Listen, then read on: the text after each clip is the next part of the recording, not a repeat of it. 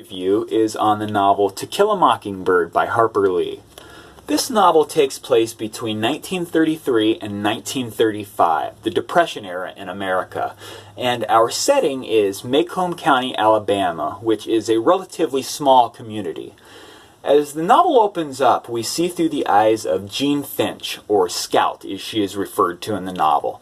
She lives in a small home with her brother, Jem, who is a few years older than she is, her father, Atticus, who is an attorney for the local court system, and Calpurnia, who is a black woman that is a maid who's been with the family for many years.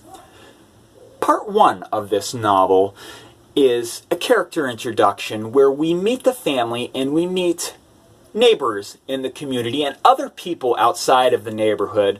A lot of unique personalities in this novel, and the objective in the first part of the novel really is to cause the reader to think about how we treat one another as human beings, especially when we have differences.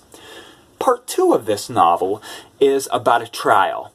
A white woman and her father accuse a black man, Tom Robinson, of rape. And Atticus is appointed attorney for Tom Robinson, and a dramatic trial takes place in the second part of the novel. I'll leave it there, as I want to keep this review as spoiler-free as possible.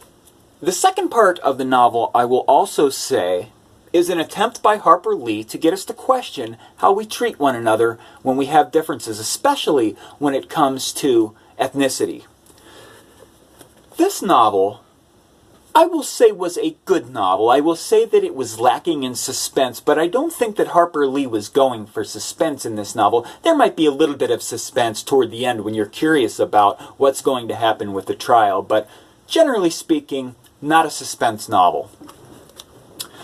I give this novel 3 stars out of 5, somewhat based upon the fact that there is a lack of suspense, but also I felt just a little bit as I was reading it that I had to push myself to get through it as things kind of develop slowly in this novel.